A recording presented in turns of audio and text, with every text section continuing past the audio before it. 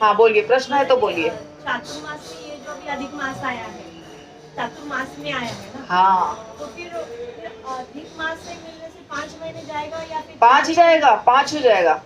चातुर्मास तो 4 रहेगा ही, और ये एक एक्स्ट्रा हो गया तो 5 महीना हो गया।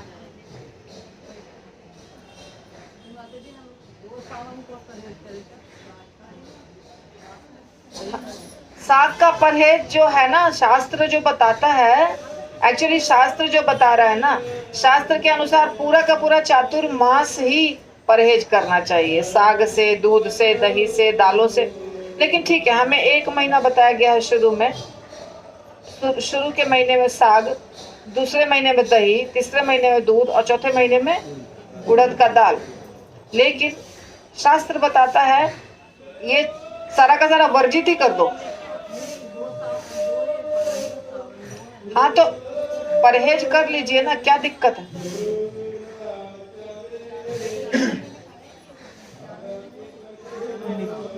हाँ परहेज कर लीजिए ना साग से। इसका साइंटिफिक रीजन भी है।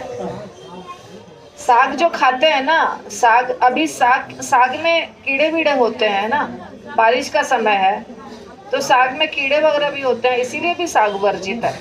और देखिए जितनी चीजें वर्जित है ना ये चातुर्मास में, वो सारी चीजें पचाने में बहुत डिफिकल्ट होती है। जैसे दाल जो है वो, या फिर दूध जो है वो, तो कहा जाता है कि जो बहुत गरिष्ठ चीज होती है वो बारिश के समय में नहीं खाना चाहिए। तो साइंटिफिकली अगर आप देखेंगे तो वो भी एक कारण है ये सब चीजों। ये तो कीड़े होते हैं, एक तो कीड़े होते हैं साग में, और बाकी चीजें पचने में बहुत कठिन होती है। और बारिश के समय में हमारी पाचन शक्ति बहुत कमजोर हो जाती है, इसीलिए जो चीजें बहुत कठिन होती है पचने में वो हमको नहीं खाना चाहिए। ये साइंटिफिकली है, और वैसे शास्त्र भी बता रहा है। और कोई प्रश्न?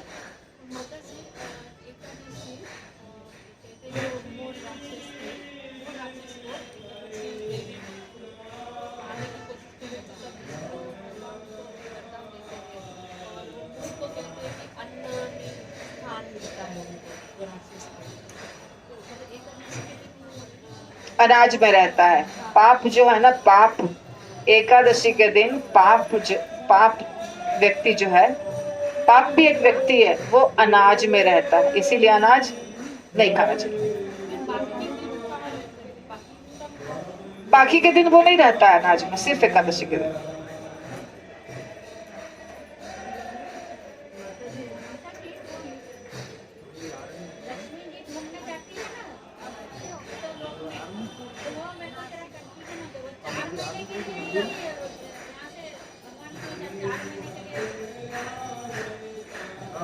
जब लक्ष्मी जी आती है भगवान को ढूंढने के लिए, वहां पे ढूंढने मतलब उनको पता था कि भगवान वहां पे है, तब भगवान वहां परमानेंट निवास करने वाले थे, बलि महाराज के पास ही रहने वाले थे, क्योंकि बलि महाराज ने मांग लिया ना उनको। फिर लक्ष्मी जी बलि महाराज को भाई बनाती हैं रक्षाबंधन बांध के, तो खुश होकर के बलि महाराज कहते हैं कि आप कुछ मांग, जो भी मर्जी है मांगो, अभी आप बहन हैं। तो वो बोलती है ये मेरे पति हैं, मुझे दे दीजिए, आप इनको रखे हैं अपने यहाँ तो आप मुझे दे दीजिए। तो भगवान विष्णु को बलि महाराज फ्री कर देते हैं, आप जाइए। तो वो चले आते हैं वैकुंठ लोक, लेकिन वो बोलते हैं कि मैं 4 महीना, साल में 4 महीना तुम्हारे पास रहूंगा। तो इसलिए वो 4 महीने के लिए जाते हैं वहां पे, हमेशा नहीं, 4 ही महीना, फिर चले आते हैं वैकुंठ लोक। ये 4 महीना जिसको चातुर्मास आप कहते हैं, उतना ही बस। नहीं, वो सोते ही हैं, पर वहां जाके वो योग निद्रा में सो जाते हैं, ठीक है ना। शयन एकादशी से शुरू हो गया और समाप्त होगा देव उठानी। और कोई प्रश्न?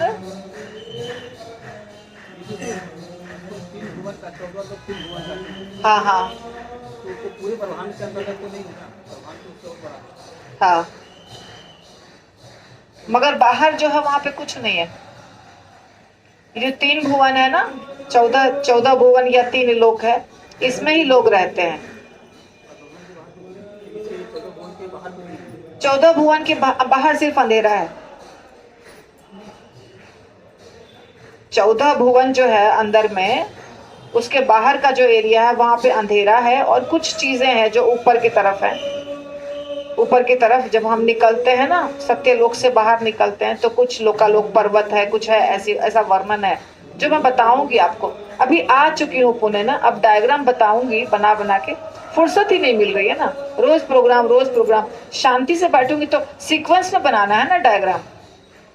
ऐसे कुछ भी बनाएंगे तो आपको समझ में नहीं आएगा। तो पहले 14 भुवन, 3 लोक, ऐसे करके एक एक करके तो डायग्राम बनाऊंगी, तो बना के बताऊंगी तो समझ में आ जाएगा। ये 3 भुवन के अंदर है क्या बाहर है? कौन अंदर? बाहर है। हाँ, तो इसमें भी लेयर होगा ना, जो 14 भुवन है इसमें भी लेयर होगा? नहीं, इसमें तो कमल का फूल है ना, कमल के फूल का डंडी है सिर्फ। डंडी के अंदर में 14 भुवन है ना, हाँ, तो डंडी में भी लेयर होगा? डंडी केवल ये बताया गया है कि सुनहरा होता है, सुनहरा कमल है, बस सुनहरा कमल है, इतना ही बताया गया। बलि महाराज सुतल लोक में रह रहे थे, हाँ, तो सुतल लोक और पाताल लोक अलग अलग है। पाताल में ही सुतल, अतल, वितल, सुतल, तलातल, महातल, रसातल, पाताल, ऐसे नाम है ना। हाँ, तो उनको वास्तव में उनको सुतल ही मिला है ना, तो सुतल में पाताल अलग बोलते हैं पाताल। कभी कभी ना नीचे के सारे लोगों को पाताल बोलते हैं। जो पृथ्वी के नीचे के लोग हैं सारे, सबको कभी कभी पाताल बोल देते हैं, और उसमें भी अलग अलग है ना, उसमें भी अलग अलग है। सुतल उनको पाताल में नहीं, वो सुतल में रहते हैं बलि महाराज। पर नीचे के लोगों को ऐसे बोला जाता है, बोलचाल की भाषा में बोल देते हैं कि पाताल में है, पाताल नहीं है। गर्भोदक्षाई विष्णु के ही नाभि से निकला है ना कमल का फूल। तो गर्भोदक्षाई की विष्णु तो कमल फूल के बाहर है ना, मतलब डंडी के बाहर है ना, और ये 14 जो लोग है वो डंडी के अंदर है ना, है कि नहीं बताइए, है ना।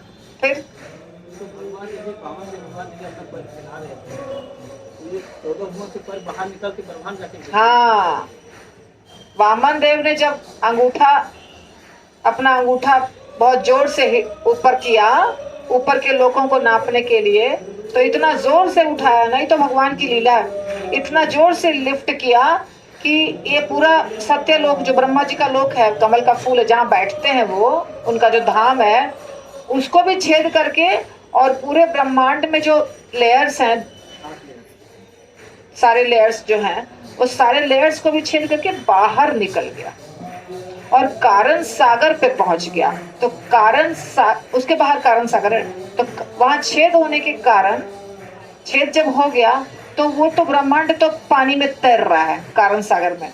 तो अगर आप कोई चीज अंदर है और जोर से आप हिट के तो हिल गया ना पूरा ब्रह्मांड, तो इसीलिए कारण सागर का पानी अंदर घुस गया और वही बन गई गंगा जी।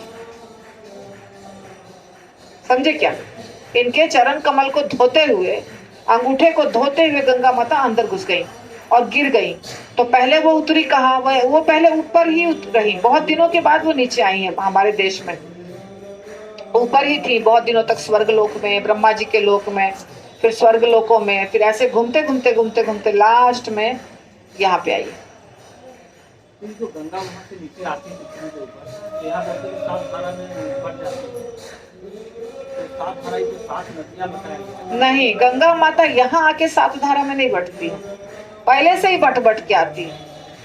ये जो मेरू पर्वत पर गिरती है गंगा माता, मेरू पर्वत पे, तो मेरू पर्वत पे 4 धाराएं गिरती हैं।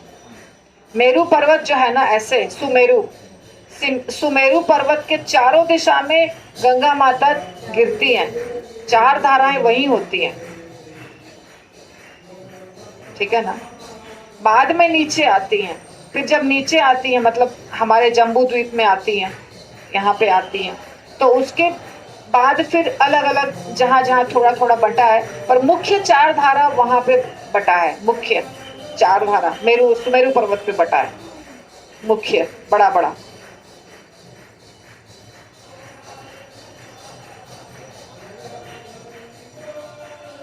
बताऊंगी, आप लोग को सब समझ में आ जाएगा। मतलब YouTube पे जब डाल दूंगी ना, तो छोटा छोटा बताऊंगी, आपको सारा देखना पड़ेगा, बिना देखे समझ में नहीं आएगा, तो आ जाएगा समझ में, क्योंकि मैं उसको पार्ट वाइज बताऊंगी एक एक चीज। ठीक है। श्रील प्रभुपाद की जय।